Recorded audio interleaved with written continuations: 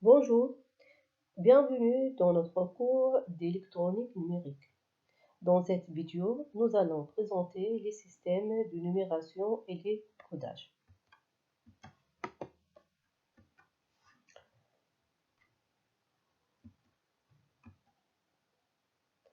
Donc, pour représenter un nombre dans un système de numération en base 10, un nombre noté NB est égal à la somme des k égale à 0 jusqu'à n-1 AK fois BK. Donc, avec B, c'est la base ou nombre de chiffres différents qui utilisent les systèmes de numération. AK, les chiffres de long K, et BK, c'est la pondération associée à AK. Donc, pour le système décimal ou bien la base 10, ce système de numération usuel dans la vie quotidienne dispose de 10 symboles, en l'occurrence des chiffres qui sont 0, 1, 2, 3, 4, 5, 6, 7, 8 et 9. On parle que l'on travaille en base 10.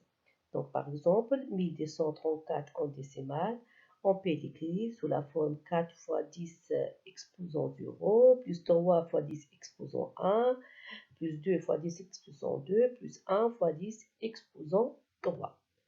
Donc, pour l'annulation binaire ou base 2, elle utilise deux symboles appelés bits, 0 et 1.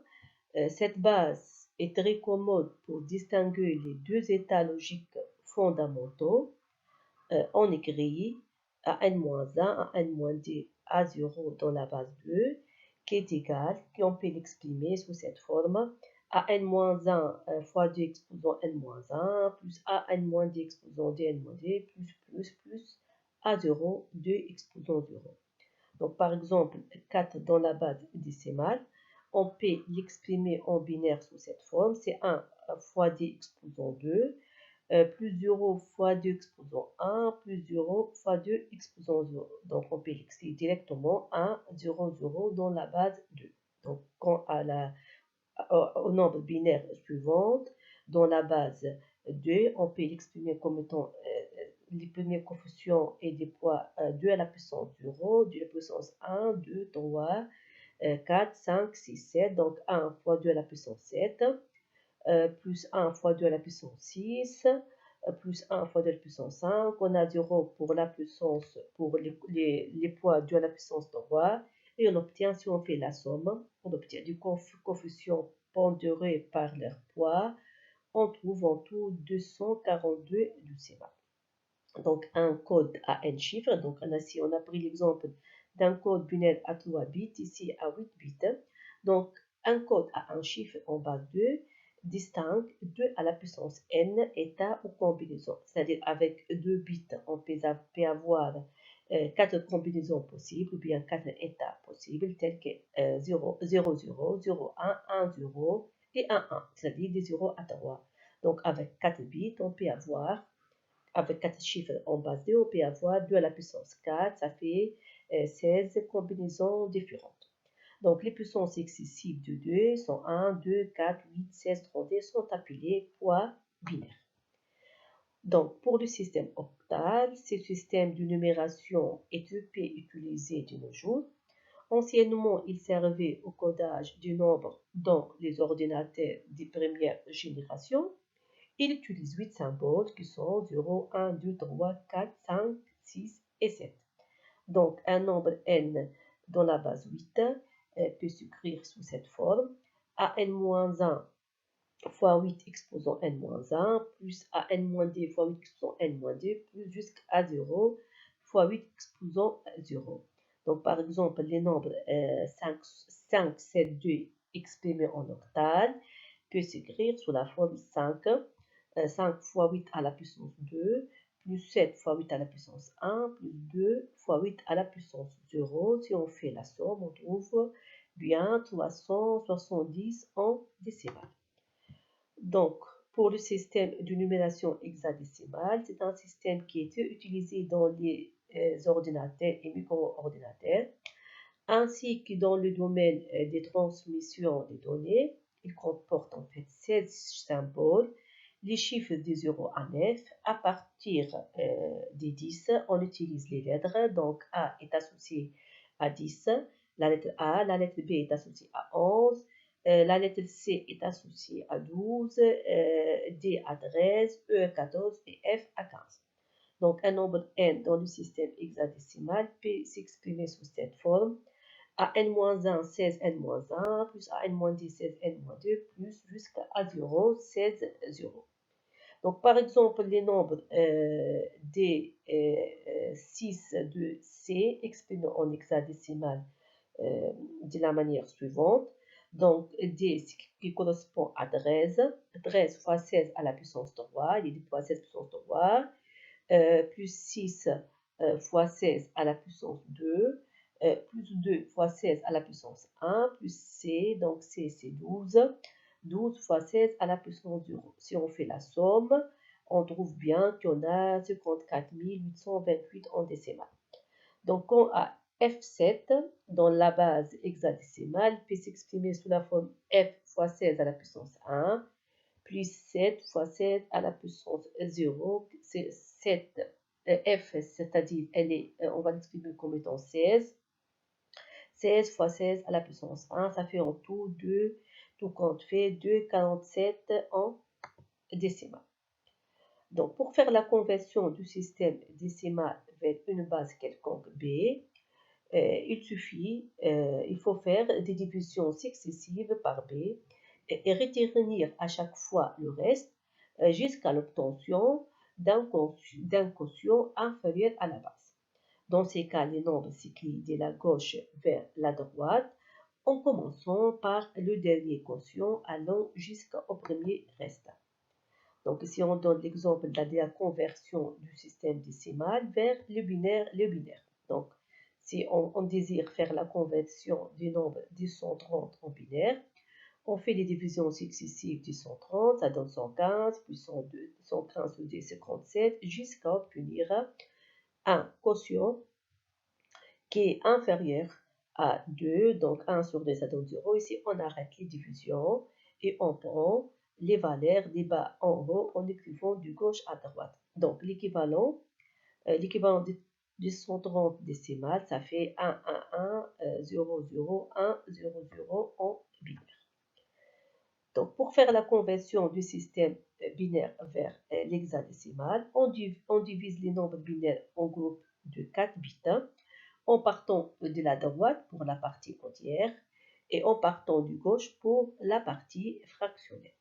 Chacun du groupe est ensuite converti en hexadécimal. Par exemple, si on a ce nombre binaire, si on souhaite faire la conversion, donc on commence par les diviser en groupes de 4 bits, donc premier groupe, deuxième groupe, troisième groupe, puis on fait la conversion directe. Donc ici, on a 1, donc pour le deuxième groupe, correspond à 7 et la troisième groupe correspond bien à 10.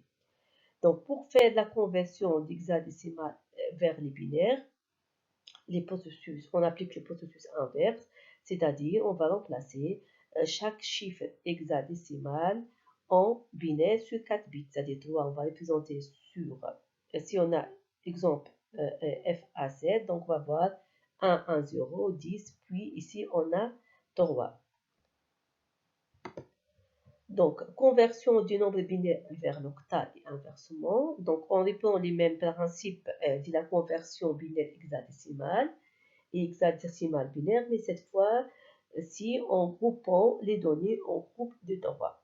Par exemple, pour ce nombre, on fait le premier groupe de 3 bits, ça correspond à 2, puis le groupe de 3 bits suivant, ça correspond à 5. Il faut noter bien que pour la conversion octale vers hexadécimale et hexadécimale vers octale, la plus simple méthode est de passer par le système binaire. Exemple, si on a 34,61 en octale, on fait d'abord la conversion en binaire.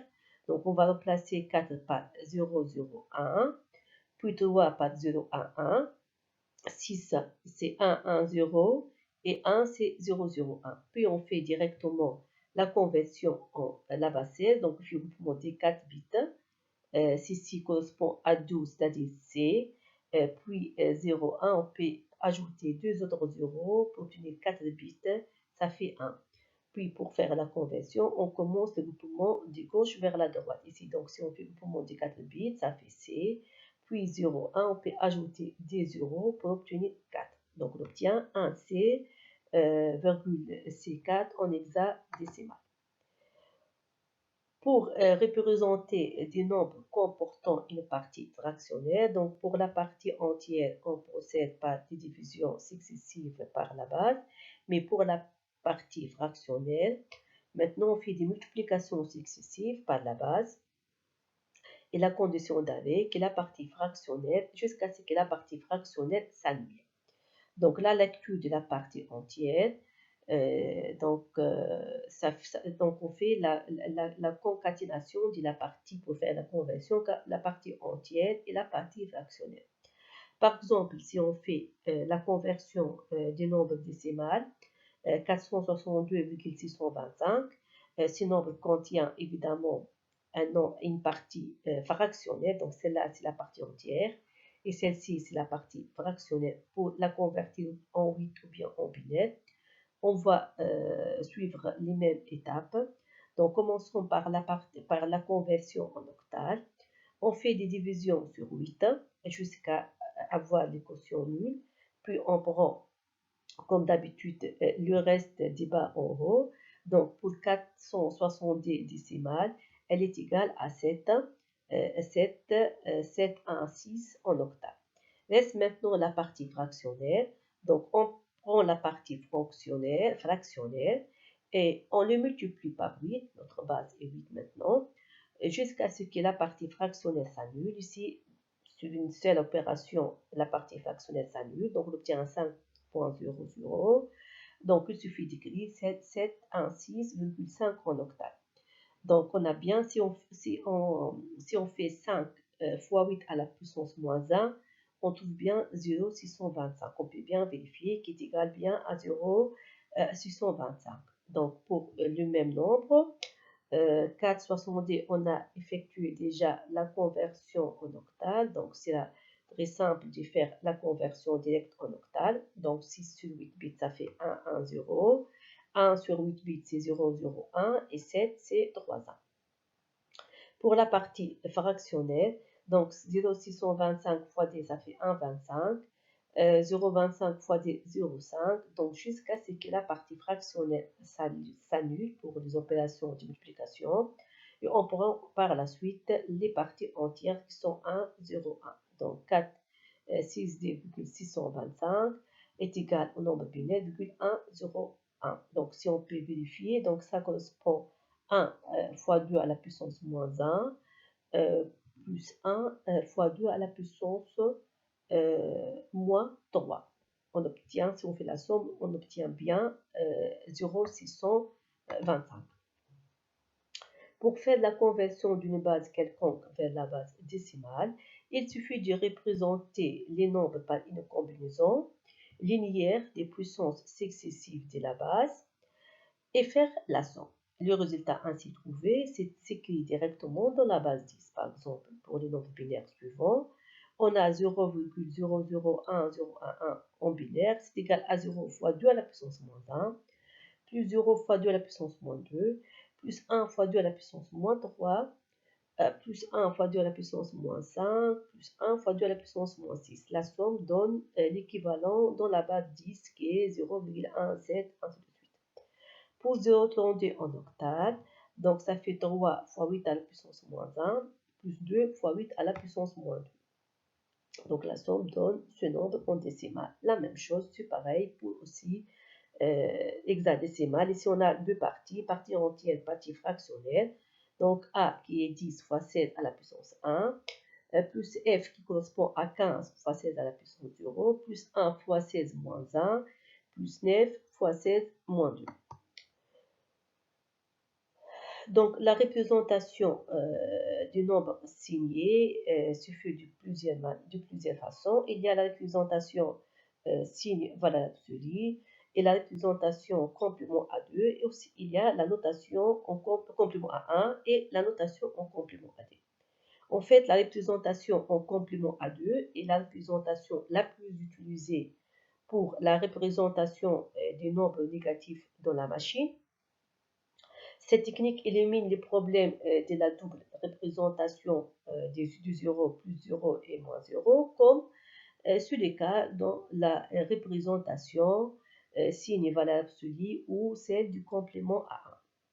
Donc ainsi, par exemple, avec 4 bits, avec les signes représentés sur le bit le plus fort poids et 3 bits qui permettent de représenter la grandeur, on peut représenter les entiers de moins 8 à 7. Donc sur n bits, l'intervalle des valeurs représentées sont moins 2 à la puissance n-1, 2 à la puissance n-1, moins 1. Par exemple, dans la notation en complément à 2, on représente 96 directement en décimale, en binaire, juste on ajoute un 0 pour indiquer qu'il y en a un plus. Mais pour passer à moins 96, c'est-à-dire pour passer à l'opposé d'un nombre en complément à 2, il suffit de faire le complément à 2 de ce nombre. Lorsqu'on fait le complément à 2 de ce nombre, donc on fait le complément à 1, on passe par le complément à 1, 0, 1, 0, 1, 0, 1, 1, 0, puis on ajoute plus 1, plus 1, donc 1 plus 1, ça donne 0, retenu 1, 1 plus 1, ça fait 0, retenu 1, ainsi de suite. On trouve ici 1, donc 1, ici on indique bien qu'on a un nombre qui est négatif. Pour faire la conversion en décimale, il suffit de faire moins 1 à la, moins 2 à la puissance du poids des MSB, c'est-à-dire 0, 1, 2, 3, 4, 5, 6, 7, moins 2 à la puissance 7, plus 2 à la puissance 5, les calculs donnent bien, moins 96. Donc, les nombres que nous avons utilisés jusqu'à maintenant sont des nombres entiers positifs ou négatifs. Mais il est évidemment possible de rencontrer des nombres fractionnels qu'il conviendra de pouvoir coder en binaire. Donc, il existe de nombreuses méthodes pour représenter ces nombres, parmi lesquels codage de la partie entière, comme on a fait maintenant, jusqu'on a les faire dans les exemples précédents, codage en virgule fixe, codage en virgule flottant et codage au format QN. Donc, pour la représentation du nombre réel en virgule fixe, ce codage peut s'écrire sous la forme partie entière en binaire et partie décimale en binaire. Par exemple, 25,375, on exprime 25 en binaire, virgule 375 en binaire, qui est égal bien, ça c'est 2 à la puissance moins 2, ça fait 0,25 plus 2 à la puissance moins 3. Donc, on trouve bien 25,375. Donc, c'est on fait la traduction, on fait la conversion directe de la partie entière et la partie fractionnelle. Pour les nombres binaires à virgule flottante, pour la représentation à virgule flottante, donc afin de représenter les très grands ou très petits nombres, nous utilisons généralement une méthode assez pratique appelée notation scientifique, donc qui s'exprime sous cette forme, moins 1 à la puissance signe, c'est-à-dire positif ou bien négatif, signe de nombres à convertir, fois un certain nombre mantis, fois 10 à la puissance plus ou moins exposant. Donc on rappelle qu'un nombre en décimale, par exemple 125,68, on peut l'exprimer sous la forme 1,2568 fois 10 à la puissance 2. Donc on a fait un décalage de 1 de 2 positions vers la droite. Donc on doit multiplier par ce décalage comme étant exposant. Donc la même chose en binaire, moins 1 à la puissance signe fois moins 10 fois 2 à la puissance plus moins 1 exposant. Donc la norme est au 2. 754 normalise cette représentation. Elle distingue deux représentations, celle en simple précision sur 32 bits et celle en double précision sur 64 bits. Donc, pour représenter un nombre binaire à virgule flottante, en simple précision, donc chaque nombre réel peut s'écrire sous cette forme, moins 1 fois 1 virgule moins 10 pour avoir une écriture normalisée, 1 virgule moins 10 fois 2 à la puissance du décalage. Ou bien on remplace décalage égal par l'expression exposant moins calage. Avec le calage, c'est 2 à la puissance k moins 1 avec k c'est le nombre de bits attribués à l'exposant. Donc, exposant moins calage égale à décalage, ce qui fait que l'exposant prend l'expression suivante. L'exposant alors est égal au décalage plus 2 à la puissance k moins 1 moins 1. Donc, comme exemple simple, on va traduire en nombre flottant, le nombre moins 1039,0. Ici, on a un signe qui est égal à 1. On va le présenter par 1 dans les bits qui plus fois poids. Pour la simple précision, on va réserve 8 bits pour l'exposant décalé et 23 bits pour représenter la mantis. Donc, notre nombre 1039 décimal, on peut l'écrire sous cette forme sur 16 bits.